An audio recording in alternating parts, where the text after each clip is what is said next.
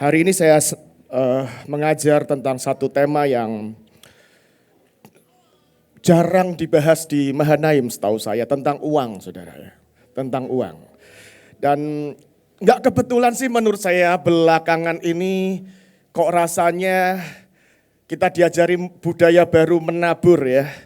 Biasanya Mahanaim ini luar biasa sih. Kita ini kan jarang dimintain persembahan ya. Sebulan sekali.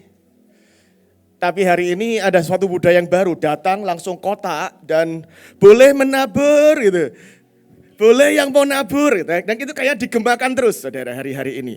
Dan menurut saya itu memang harus dibudayakan di hidup kita untuk kita ini melayani Tuhan, memuliakan Tuhan, mencintai Tuhan dengan harta kita. Karena kita akan segera masuk masa kelimpahan dan masa keemasan. Amin. Itu seperti kalau itu digemakan, itu seperti Tuhan sedang menyiapkan hati kita supaya menabur, melayani Tuhan dengan harta kita, menyembah Tuhan dengan uang kita. Itu jadi budaya dulu, terpancang kokoh di hati kita sebelum kelimpahan, keemasan yang ajaib itu menyerbu hidup kita. Muliakan Tuhan dengan hartamu. Ini topik yang kayaknya jarang dibahas.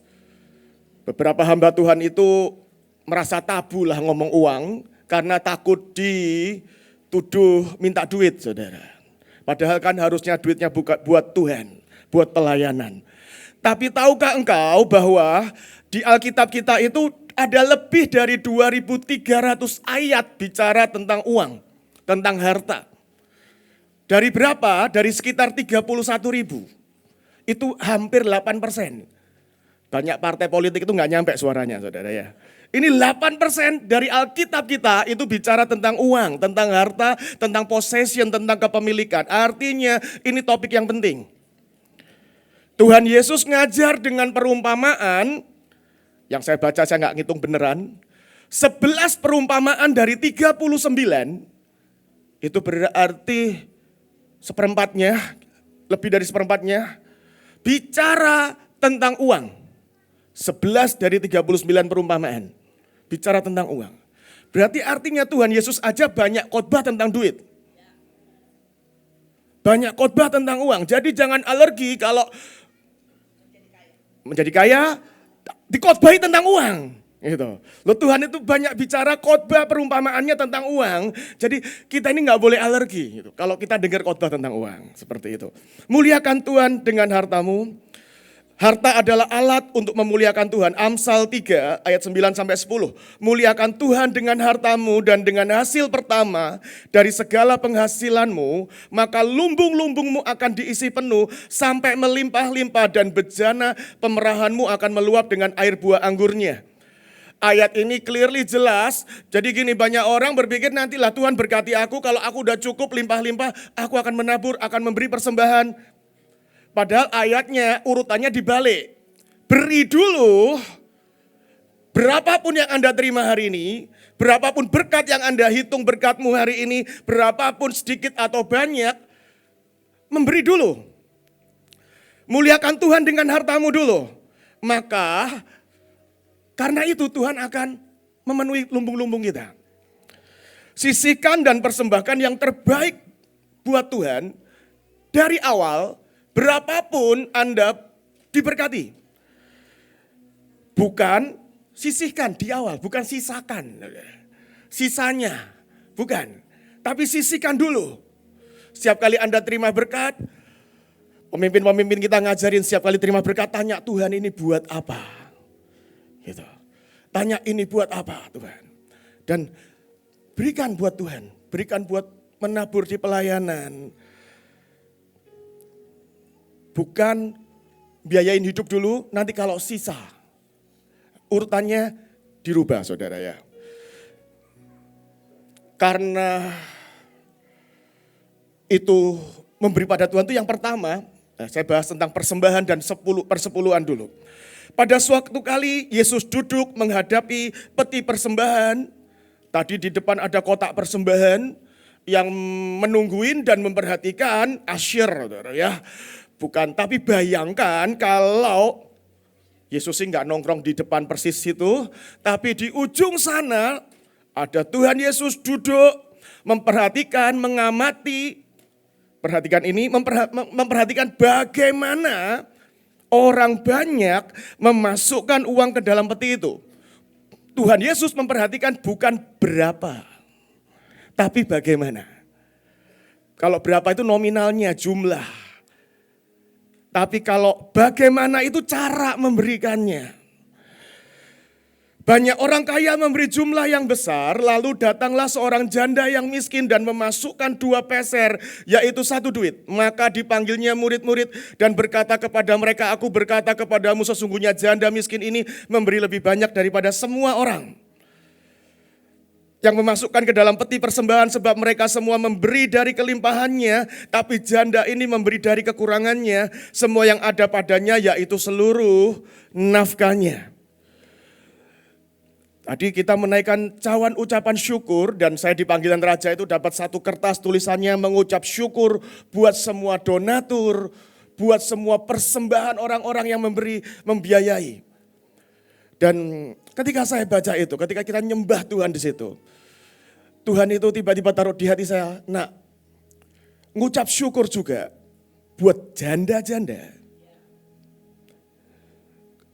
Karena gini saudara, hari ini kalau Anda ini orang-orang yang kekurangan dan Anda tetap taat memberi ketika Tuhan gerakkan, mau digerakkan memberi separoh, 1/10, 1/20 atau semuanya. Hari itu Tuhan itu hatinya, matanya tertuju pada janda ini. Dan Tuhan bilang begini tadi, nah sampaikan. Karena di Mahanaim ini saya tahu ada begitu banyak orang yang kau itu seperti janda miskin ini memberi bukan dari kelimpahan, tapi memberi bahkan ketika engkau punyanya cuma sedikit. Dan Tuhan bilang thank you, thank you. Sementara saya tadi ngucap syukur Tuhan terima kasih ya buat donatur-donatur yang membiayai sehingga setiap kita punya proyek bangunannya Hananeel Cinta juga. Dan Tuhan bilang gini, nah kalau aku berterima kasih. Karena ada, mungkin Anda gak beneran janda, tapi ada orang-orang yang kau gak punya banyak. Tapi engkau tetap memberi. Engkau tetap taat ketika Tuhan gerakkan beri semuanya. Mengosongkan semuanya. Mungkin itu 10.000 terakhir di dompetmu. Dan engkau tetap taat memberi. Dan Tuhan bilang terima kasih. Karena engkau taat. Terima kasih karena engkau setia. Terima kasih karena engkau memberi dari kekuranganmu. Tuhan memperhatikan bagaimana kita mempersembahkan dan bukan berapa. Manusia senangnya lihat berapa banyaknya saudara. Tapi kalau pemberianmu ke Tuhan, maka Tuhan itu memperhatikan bukan berapanya, tapi bagaimana kau mempersembahkannya. Hendaklah jadi bagaimana harus memberi persembahannya, hendaklah masing-masing memberikan menurut kerelaan hatinya. Jangan dengan sedih atau karena paksaan. Sebab Allah mengasihi orang yang memberi dengan sukacita. Dan Allah sanggup melimpahkan segala kasih karunia kepadamu supaya kamu senantiasa berkecukupan di dalam segala sesuatu dan malah berkelebihan dalam berbagai kebajikan. Jadi bagaimana kita harus memberi? Yang pertama dengan kerelaan. Jangan dengan sedih hati. Anda pernah enggak digerakkan Tuhan memberi significant offerings yang sangat besar, tapi hati ini enggak sedih, tapi kayak bahagia. Pernah ngalami begitu? Mungkin nangis, tapi nangisnya nangis bahagia. Pernah ngalami seperti itu? Tapi ada beberapa orang yang memberi itu terpaksa.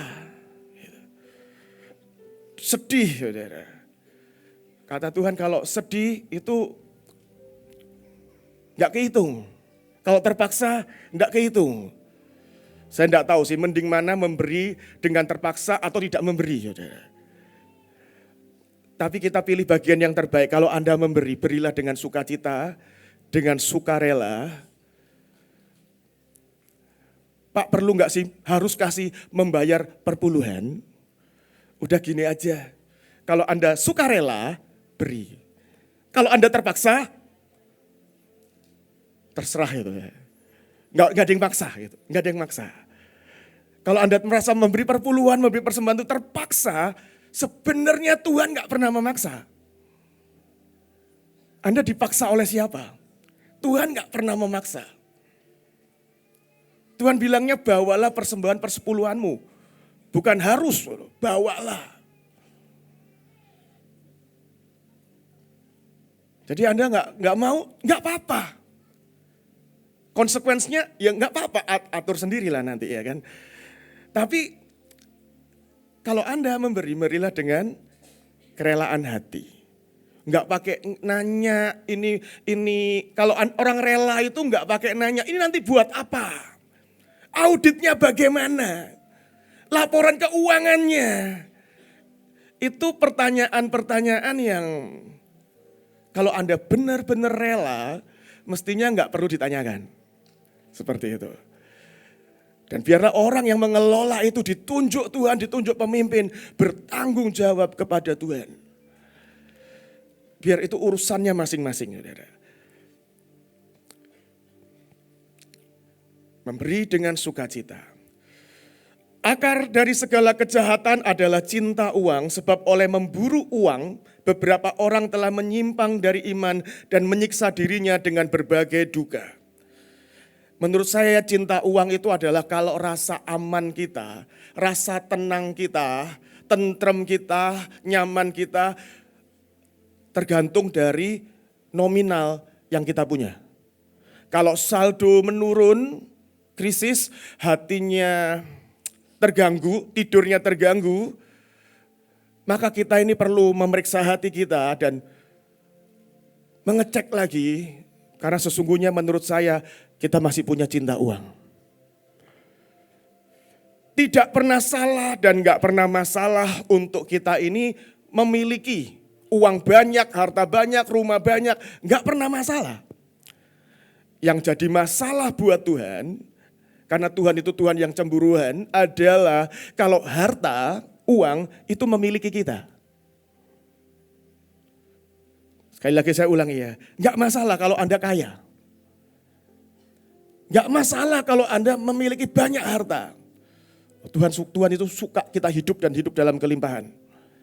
Tapi yang jadi salah, jadi masalah adalah kalau harta itu memiliki kita.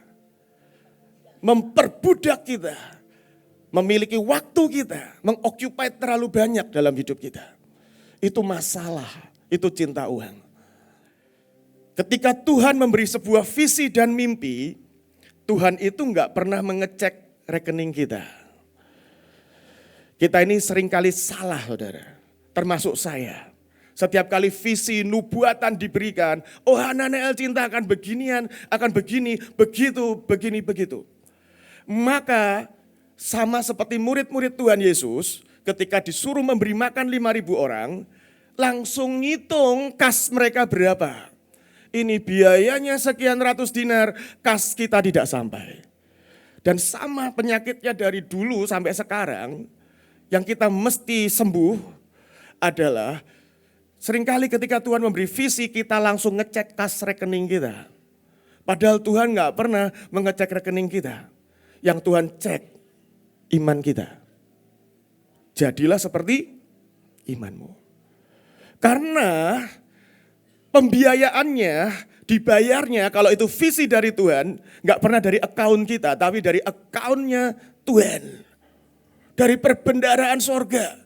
Yang unlimited provisions, yang kita bisa withdraw, kita bisa tarik, cairkan, bergantung dari iman kita. PIN-nya tuh iman. ATM-nya iman kita.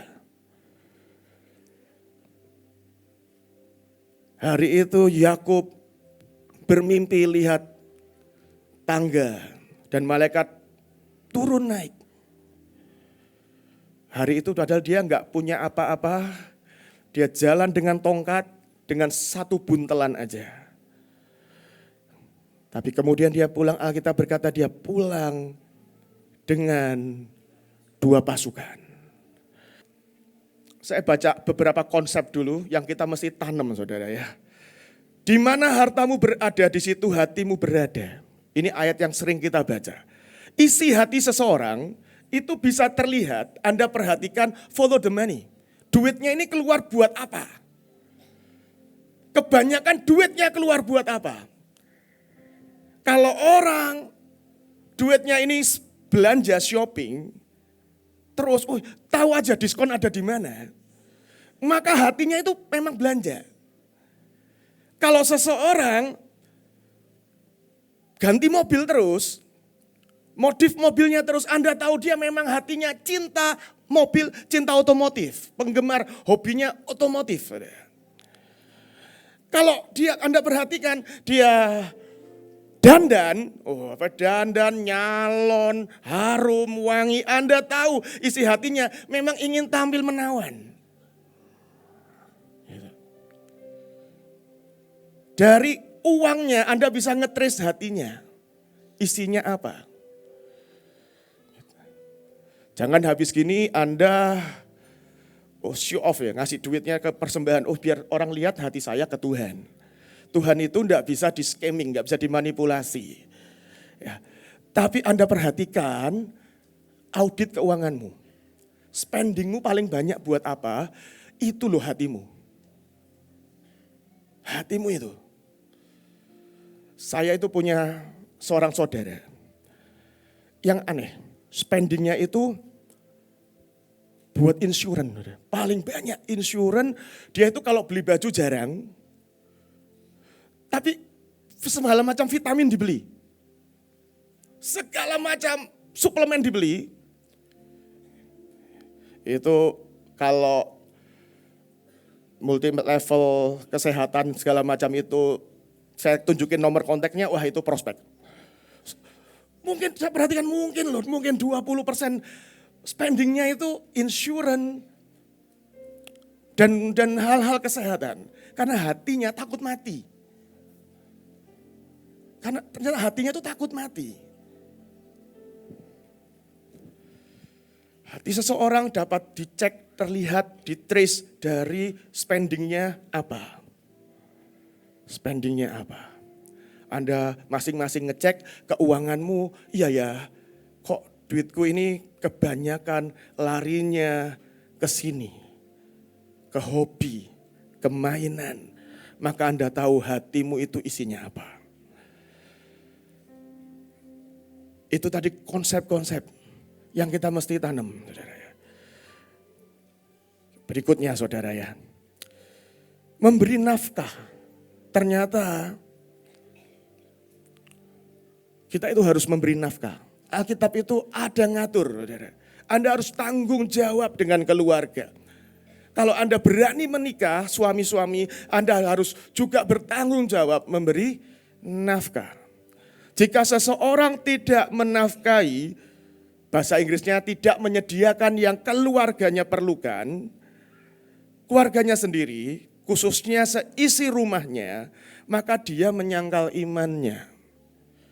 Dan dia lebih buruk daripada orang yang tidak beriman.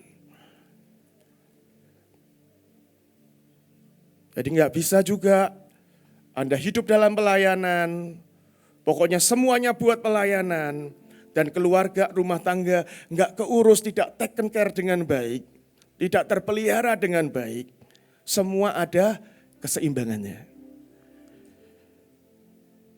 Dan mari berdoa, Tuhan, aku ini mau bertanggung jawab.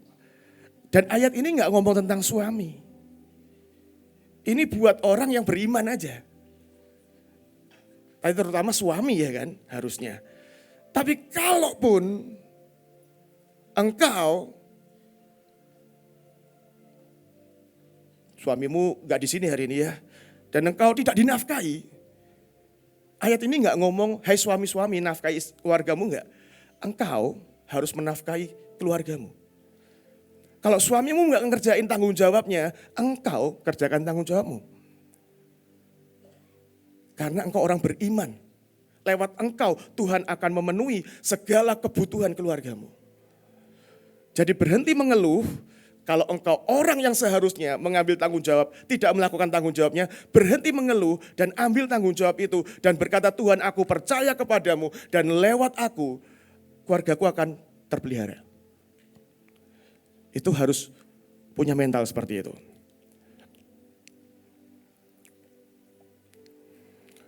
Ini penting, saudara. Contentment. Di dalam Alkitab terjemahan lama, itu ada satu kata, kosakata yang enggak ada, yang jarang pasti Anda dengar. 1 Timotius 6 ayat 8, asal ada makanan dan pakaian cukuplah. Tetapi sedang ada pada kita makanan atau pakaian, biarlah kita berpada. Itu kata dalam bahasa Indonesia, berpada. Anda pasti jarang dengar kata itu. Itu kata artinya berpuas pada apa yang ada, bersyukur pada apa yang ada, bersukacita pada yang ada. Itu artinya berpada, content. I know that it is, bahasa Indonesia aja ya. Aku tahu rasanya butuh sesuatu, kekurangan, dan aku tahu bagaimana rasanya berkelimpahan. Aku belajar sebuah rahasia untuk being content in every situation. Untuk berpada pada segala situasi apapun. Apakah saat itu aku kelaparan atau pada saat aku punya banyak dari apa yang aku inginkan. Sikap konten, sikap berpada bukan berarti tidak menginginkan sesuatu. Bukan berarti tidak punya mimpi, tidak punya keinginan.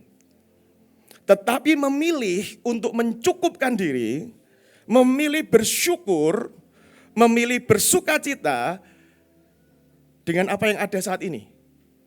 Itu pilihan. Memilih bersukacita sekalipun yang kita inginkan belum kesampaian. Itu sikap konten. Bukan berarti enggak boleh pingin ini dan pingin itu. Tapi kalau itu belum ada padamu, bersyukur dan mencukupkan diri. Bahkan ini kan para buruh itu terus demo setiap tahun, standar minimum kecukupan mereka itu makin aneh, saudara. Makin aneh-aneh. Dulu sembako, saudara. Sekarang mulai aneh-aneh, saudara. Bahkan saya pernah membaca berita, parfum itu dimasukkan sebagai item tuntutan mereka untuk upah minimum. Makin aneh-aneh. Tapi standar Alkitab simple. Ngomongnya cuma begini, asal ada makanan, asal ada pakaian. Cukup. Kalau Anda dan saya masih punya makanan dan pakaian, be content. Ternyata standarnya Tuhan luar biasa ya. Kadang yang kita mau itu bukan kebutuhan, tapi keinginan. Yang berikutnya, murah hati. Barang siapa punya 2 helai baju, hendaklah dia membagi dengan yang tidak punya. Barang siapa punya makanan, hendaklah dia juga berbuat demikian. Kita lagi menerapkan itu. Jadi Anda beli beras tadi, unlimited provision di Megafort, dan Anda berbagilah kalau Anda masih bisa beli beras. Lah standarnya ini luar biasa loh, saudara. Punya 2, berbagi. Bukan punya 3 loh, bukan punya banyak loh. Punya 2. Saya percaya di sini bajunya nggak ada yang cuma 2. Bener nggak sih? Wong satu seragam batik profetik editionnya bisa banyak sekali kok. Semua unit, nggak semua sih, banyak unit mengeluarkan tema yang sama. Saya percaya kita ini punya baju lebih dari 2, Anda harus berbagi. Lumbung limpah, menerima. Pulang, cek lemari. Kalau ada baju yang sudah nggak muat, nggak usah disimpan. Nggak usah bermimpi nanti kurusan. Tuhan bilang urusan besok. Kurus beli lagi. Nanti waktu Anda kurus itu sudah nggak ngetren. Udah ganti tema saudara. Ya. Jadi ada saya pulang, Anda buka lemari. Ya, dan yang sudah size-nya enggak cocok, Anda bawa ke lumbung limpah. Sip, lumbung limpah. Paruan ya nanti ya. Hancin juga mau. Tapi lakukan itu saudara. Kalau di kulkasmu, saya ini harus bertobat. Dan istri saya di rumah saya ini harus bertobat lah. Saya ini berkali-kali buka kulkas dan menemukan makanan expired. Sama? Oke. Anda tahu kalau Anda nggak bisa menghabiskan makanan yang ada di kulkasmu, kita ini nggak bisa menghabiskan makanan di kulkasmu, berarti Tuhan titip jatah orang lain yang nggak punya kulkas. Beneran, saudara. Tuhan sedang titip jatah orang lain yang nggak punya kulkas di kulkasmu. Jadi ada PR, pulang Anda cek lemari baju dan mengecek kulkas.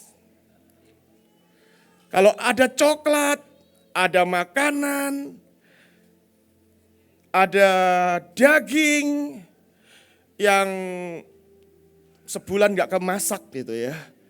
Kirim kemana ya? Kirim, Anda berbagi aja lah, Anda berbagi, Anda kasih. Tanya Tuhan, Tuhan ini dibagi ke siapa? Ini dibagi ke siapa? Karena standar Tuhan itu, kalau Anda punya dua, Anda lebih. Anda kan tidak mungkin pakai dua baju bersamaan. Ya.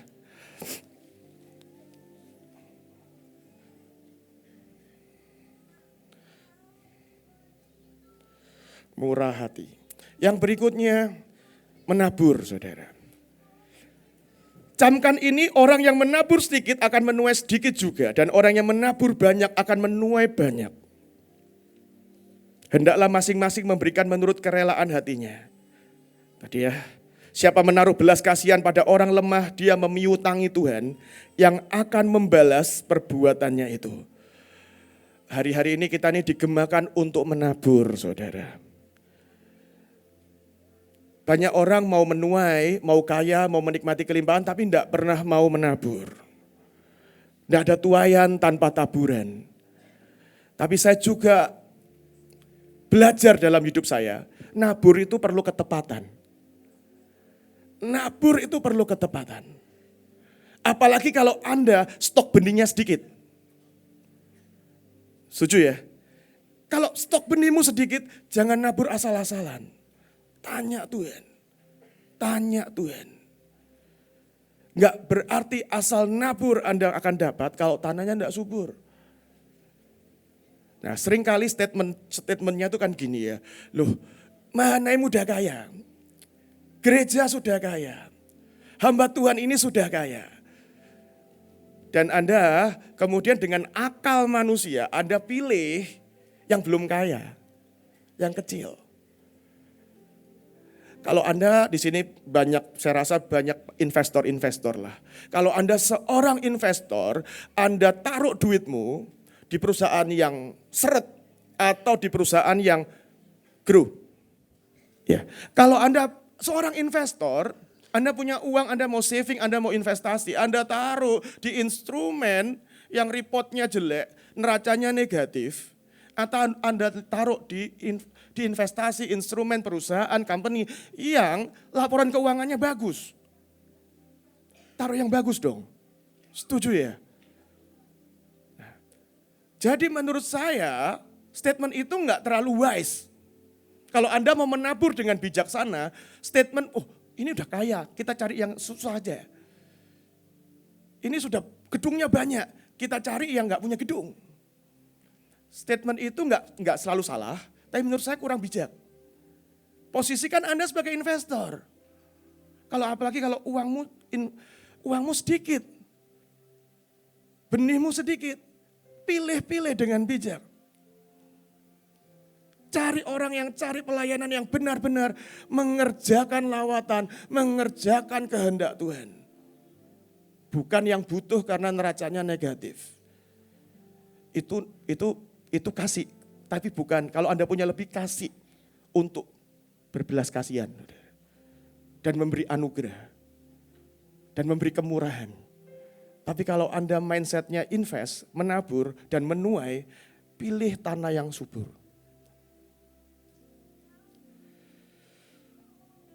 Dan itu yang saya belajar lakukan. Itu yang saya belajar lakukan. Dan saya memperhatikan bahwa setiap kali Roh Kudus bicara, ini nak ke sini. Maka itu akan jadi ajaib. Menabung dan investasi. Saya suka ayat ini saudara ya. Pengkhotbah 11 ayat 2. Bagi hasil dagangmu, uangmu pada 7 atau 8 investasi. Karena kamu tidak tahu malapetaka yang akan terjadi. Loh, bahkan jangan taruh kantong telurmu dalam satu keranjang, itu Alkitab sudah punya. Sudah ngajar, Anda datang seminar keuangan, Anda akan diajarin itu. Jangan taruh telurmu dalam satu basket. Loh, Alkitab sudah ngajar itu. Pemalas pergilah pada semut, perhatikan lakunya dan jadilah bijak. Biarpun gak ada pemimpinnya, pengaturnya atau penguasanya, dia menyediakan rotinya di musim panas, mengumpulkan makanannya waktu panen.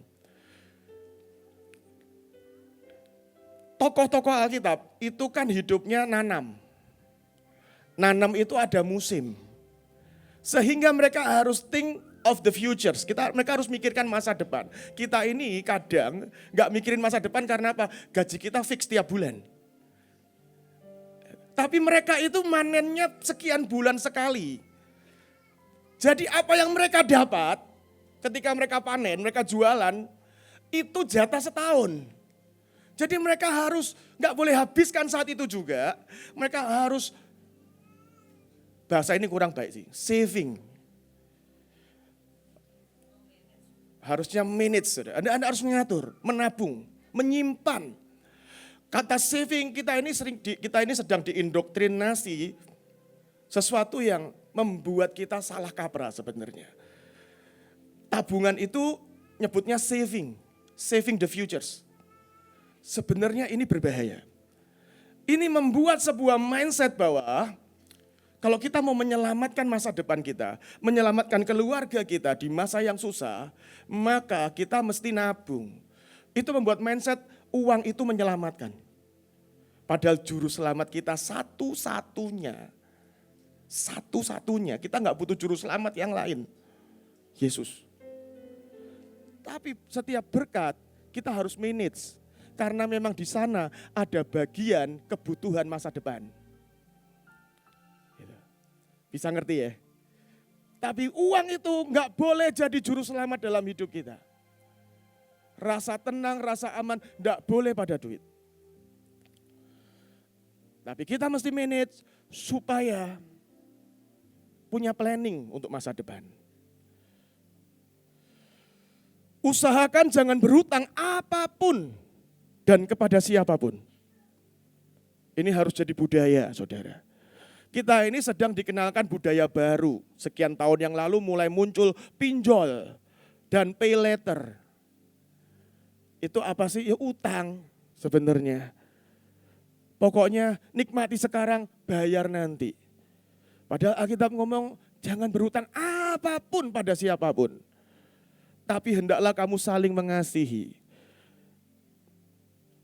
Jadi kalau Anda kepepet, usahakan jangan ngutang. Kalau Pak saya sudah terlanjur berhutang, ayo ditata. Dilunasi, diselesaikan, dan jangan berbuat dosa lagi. Khususnya sebenarnya mungkin menurut saya masih oke sih. Beberapa hal kita nyebutnya hutang produktif. Bukan hutang konsumtif, tapi hutang produktif.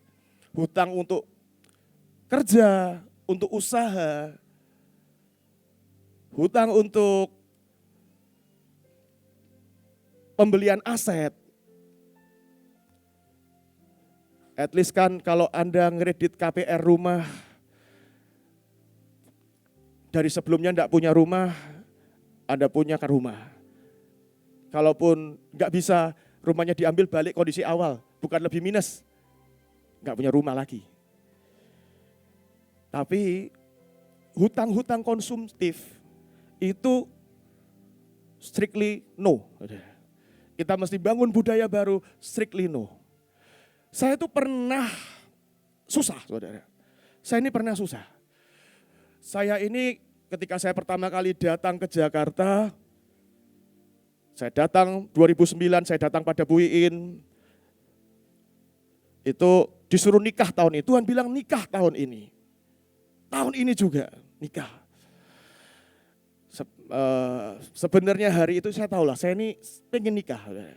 Dan saya ini nyimpen duit. Yang bodoh adalah saya kemudian investasi pada seorang teman yang saya kenal online, saudara. Dan saya taruh semuanya di situ. Amblas, saudara. Jadi saya datang ke Jakarta itu broke up, saudara. Bangkrut, saudara. Bangkrut beneran.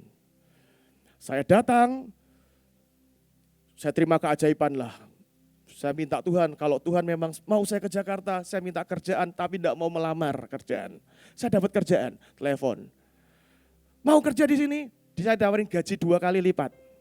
Seneng nggak? Seneng. Tapi saya kaget. Di Surabaya 5.000 pecel dapat ayam. Pentung zaman itu, sayap atau pentung lah dapat, saudara. Paha, ya drumstick. Di Jakarta 10.000, saya susah nemuin pecel, saya nemunya nasi warteg, nggak dapat ayam, telur. Lumayan sih sama-sama ayamnya, ayam telur sama ya kan. Malah telur tuh bisa jadi seekor ayam pakai iman ingatnya kan, lumayan lebih murah. Tapi artinya hidup saya gaji naik 2 kali lipat, taraf hidupnya turun. 5.000 bisa makan ayam, 10.000 makan telur. Belum netes.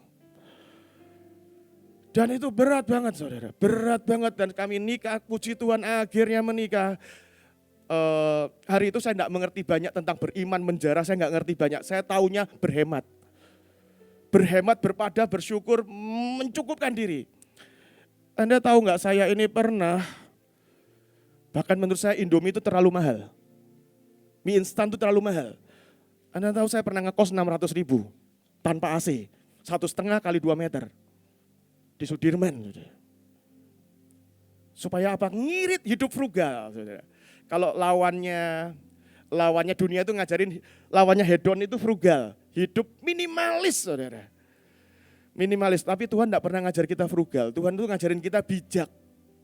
Hari itu saya nggak ngerti lah, ilmunya cetek masihan. Jadi saya ngirit habis-habisan. Dalam 9 bulan saya bisa nikah, saudara. Nabung jago saya, saudara. 9 bulan saya bisa nikah. Acaranya nggak cuma sekali, 2 kali. Sekali di Mahanaim, sekali di Surabaya. Hidup gila-gilaan frugal ngirit saudara. Habis itu nikah, wah saudara. Ternyata nikah itu mahal. Mahal saudara. Bukan dulu berpikirnya mungkin kebutuhan, ada kebutuhan yang kita bisa share gitu. Handuknya 1 aja gitu kan. Ternyata kan tidak bisa. Ternyata mahal. Anda tahu saya pernah hidup setiap kali ke Carrefour zaman itu, hypermart Carrefour beli belanja bulanan, saya gesek kartu kredit. Dan kemudian saya bayar begitu gajian, membayar itu semua. Tapi saya berusaha tidak bayar minimum atau jadiin cicilan, saudara. Anda bayangin Anda beli makanan, di telepon bank, Pak mau tagihan ini jadi cicilan, maaf bicara, makanannya udah jadi tai. Anda masih nyicil 3 bulan. Gitu. Anda liburan dan banknya telepon, Pak ini ada gesekan beli tiket dan hotel 10 juta boleh dijadiin cicilan 3 bulan tanpa bunga Pak. Anda bisa bayangin itu tinggal foto, tinggal kenangan saudara. Dan Anda masih nyicil. Itu sangat menjebak, sangat tricky, sangat mengerikan. Dan suatu kali saya kebelit saudara. Lahirlah jadi, mestinya, tapi ini anak, saya nggak akan jadikan anak alasan sih. Ini anak diberkati loh. Diberkati Tuhan luar biasa. Tapi sampai suatu kali,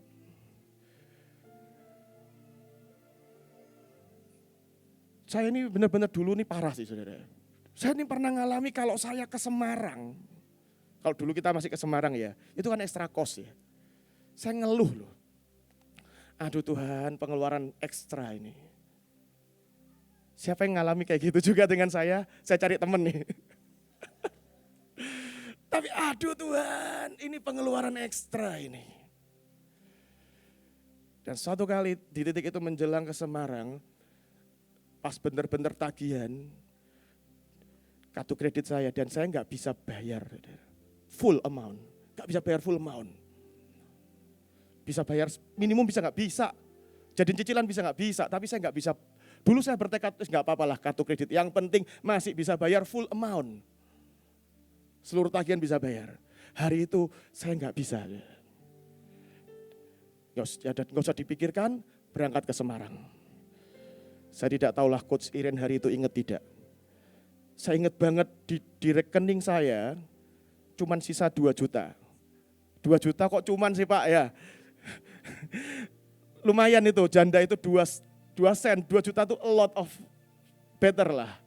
Tapi itu 2 juta terakhir saya. Dan tagihan yang belum kebayar.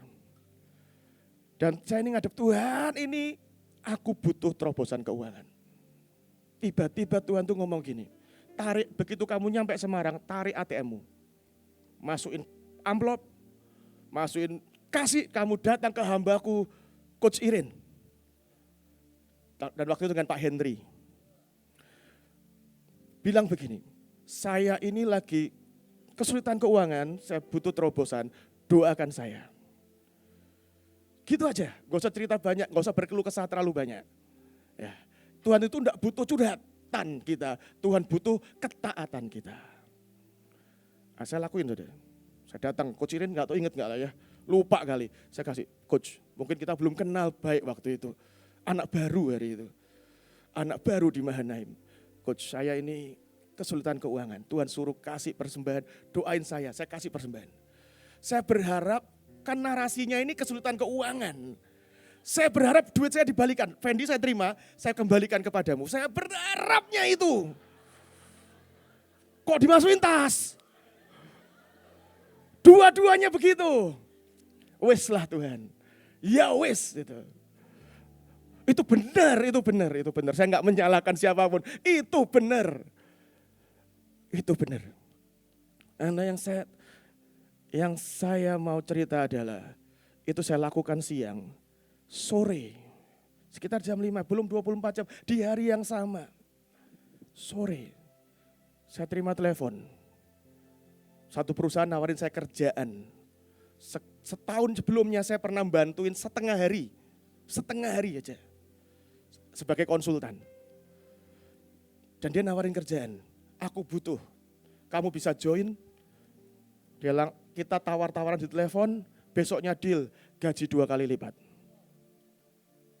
Gaji 2 kali lipat, saya deal interview di telepon di Semarang. 1 bulan kemudian saya ngantor dengan gaji 2 kali lipat. Saya bersaksi sejak hari itu, rekening saya nggak pernah cuma 2 juta. Nggak pernah. Tuhan nggak butuh curhatan. Tuhan butuh ketaatan. Tapi usahakan, ini penting, highlight, jangan ngutang saudara. Pak saya sudah telanjur berhutang, Anda butuh terobosan keuangan. Kebutuhan dan keinginan. Allahku akan memenuhi segala keperluanmu, all of your needs. Menurut kekayaan dan kemuliaannya dalam Kristus Yesus. Yang dia janji akan dipenuhi adalah kebutuhan. Tapi ada ayat yang lain, Mazmur 37 ayat 4, bergembiralah karena Tuhan. Karena dia akan memberikan kepadamu apa yang diinginkan hatimu. Kalau kebutuhan, nggak ada syaratnya. Anda anak, dia bapak, bapak akan memenuhi segala kebutuhanmu. Nah masalah kebutuhannya memang 1 pakaian dan 1 makanan kan. Ya kan? Nah, tapi untuk dapat keinginanmu, engkau harus bergembira karena urusannya Tuhan dulu. Bukan bergembira karena keinginanmu terpenuhi, tapi bergembira untuk memenuhi keinginannya Tuhan. Maka Tuhan akan beri yang jadi keinginan hatimu. Apa itu kebutuhan, apa itu keinginan. Paling gampang itu adalah pakai cara menunda. Anda merasa perlu sesuatu, Anda tunda. Nggak usah dibeli, nggak usah dibayar, nggak usah dicari. Saudara. Tunda dulu. Tunda 1 hari, 2 hari, seminggu, 2 minggu. Kalau Anda lupa, hidupmu baik-baik saja, tidurmu nyenyak, perutmu kenyang, berarti Anda tidak perlu barang itu. Cuman pengen. Kalau hidupmu baik-baik, tapi kepikiran sampai ke bawah mimpi, itu juga bukan butuh, itu pengen banget. Itu pengen banget, saudara. Ya, tapi kalau pelayananmu nggak terganggu, kerjaan fine, anak-anak nggak dikeluarin dari sekolah, itu fine hidupmu, fine. Ganti mobil baru, tunda aja. Kalau terganggu, rewel lah segala macam ya, minta ke Tuhan, Tuhan aku butuh ini buat pelayanan dan semuanya. Dan cara milahnya sederhana, tunda. Maka Anda akan tahu Anda itu butuh atau pengen banget. Dan janjinya Tuhan akan memenuhi kebutuhan. Warisan untuk generasi berikutnya, orang baik meninggalkan warisan. Saya pasti dengar ada orang-orang yang paradigma gini, enak punya anak banyak. Nanti ketika tua ada yang take care, ada yang ngopeni, ada yang ngurusi, ada yang biayain. Padahal Tuhan tuh ngajarnya nggak gitu. Tuhan tuh ngajarkan orang baik, orang tua yang baik meninggalkan warisan. Gitu. Meninggalkan warisan buat anak cucunya. Tapi kekayaan orang berdosa disimpan bagi orang benar. Pak, tapi saya tidak dapat warisan dari ayah saya. Nah, pakai ayat berikutnya ini, pakai kalimat berikutnya. Kekayaan orang berdosa aja ambil. Ya, nggak usah ngomel, nggak usah marah, nggak usah nuntut. Iya dia enak, dapat warisan dari orang tuanya. Jatahmu kekayaan orang fasik. Itu bisa Anda ambil. Tergantung imanmu seberapa banyak. Yang berikutnya, harta yang indah dan minyak ada di kediaman orang bijak, tapi orang bebal memboroskannya. Jangan boros, jangan buang-buang uang, efisien, saudara. Efisien, termasuk dalam pelayanan. Menurut Anda kenapa ketika Tuhan Yesus memberi makan 5.000 orang, terakhir ditutup dengan perintah gini, kumpulkan sisanya. Kumpulkan sisanya. Dan terkumpullah 12 bakul. Kenapa kok harus dikumpulkan sisanya? Buat event berikutnya. Buat di jalan. Intinya jangan buang-buang, jangan diboros-boroskan. Bahkan dalam pelayanan pun Tuhan ngasih teladan, nggak ada yang pembuangan, zero waste. Nggak ada pembuangan. Polisinya zero waste. Zero waste itu kan kelihatan, yaitu tadi saudara buka kulkasmu, kalau Anda secara berkala buangin makanan dari kulkas, Anda enggak seperti Tuhan Yesus. Tuhan Yesus itu cecerannya pun dikumpulkan. Semuanya itu ngajarin kita mesti bijak saudara, ngatur keuangan. Bukan ayatnya ngomong gini, orang bijak dan orang boros. Mestinya kalau di dunia kan orang boros lawannya orang hemat ya. Orang kikir, orang hemat. Tapi Tuhan bilang orang bijak. Kita gak pernah dipanggil buat hemat-hematan, frugal, ngenes hidupnya. Kita dipanggil untuk bijaksana. Jadi kita mesti ngatur keuangan. Saya kasih contoh saudara. Contoh ngatur keuangan. Prinsipnya simpel, 10, 20, 30, 40. Supaya gampang. 10%, 20%, 1, 2, 3, 4. 10%, 20%, 30%, 40%. 10 pasti perpuluhan. Kita gak usah berdebat lah tentang itu ya. Gak ada yang memaksa, tapi sukarela. Yang kedua, tabungan dan taburan. Saya membiasakan diri, saya nabung. Baik pribadi maupun di keuangan Hananel di gereja. Saya akan sisihkan sekitar 20% untuk nabung dan untuk nabur. Kita nabur beberapa pelayanan yang lain. Tapi kita juga kalau nggak ada yang spesifik kita tabung. Dan ini kebiasaan kami. Saya secara pribadi maupun di gereja, yang kita tabung, kalau kita nabung kita pengen apa sih? Beranak kan ya. Udah sederhana aja. Nah, saya membiasakan ini, biasanya kalau Tuhan gerakkan untuk kasih significant offering, tabur semuanya, maka yang saya tabur bukan the world's nafkah duit saya, tapi yang saya tabung. Jadi bukan mengosongkan total rekening gitu ya, enggak. Tapi nanti kan cicilan rumah enggak kebayar, cicilan mobil enggak kebayar, seperti itu. Tapi yang semula saya tabung, saya masukin reksadana ini, saya masukkan instrumen ini. Kadang-kadang Tuhan bicara cairin sahammu yang ini tabur semuanya. Dan saya akan lakukan. Kenapa? Kalau Tuhan ngomong begitu, pasti lebih cuan. Pasti lebih cuan. Gitu. Karena Tuhan gak pernah butuh uang kita. Tuhan tuh pengen memberkati kita. Sama juga, beberapa kami ngalami loh, kita ini kan nabung ya.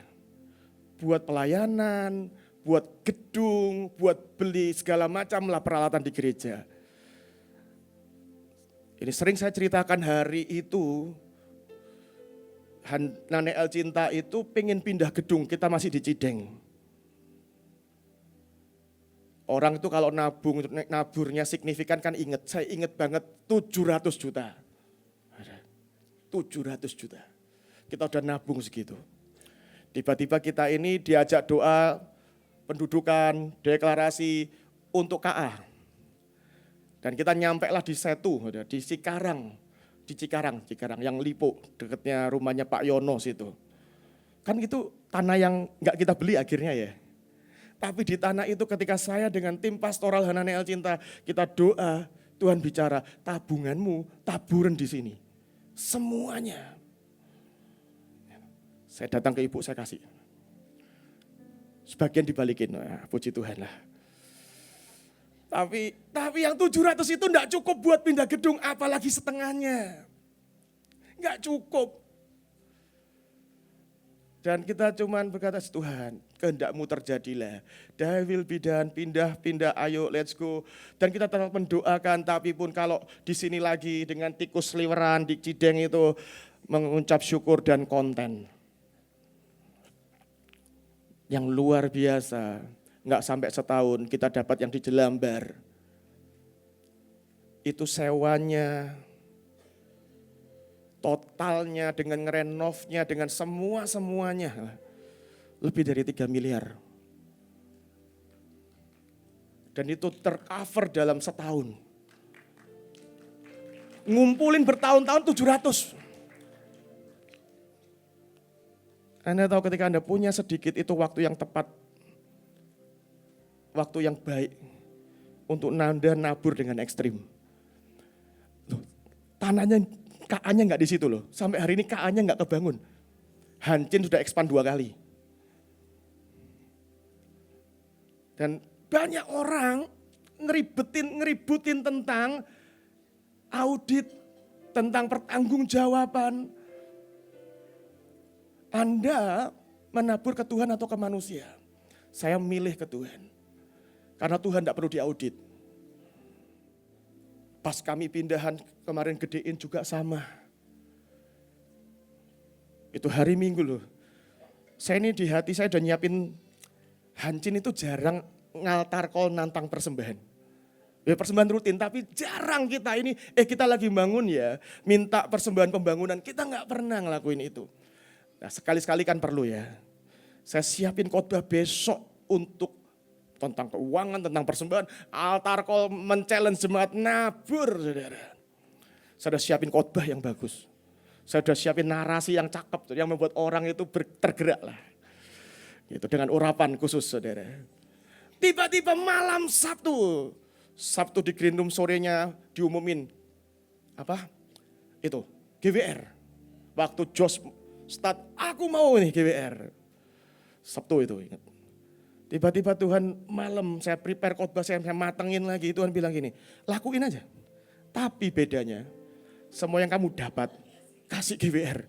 Oh Tuhan, aku udah nahan diri 3 bulan ini lagi bangun. Gak ngomong, gak men-challenge jemaatku untuk nabur buat gedung. Ini kas mulai menipis, mau ku eksekusi buat GWR.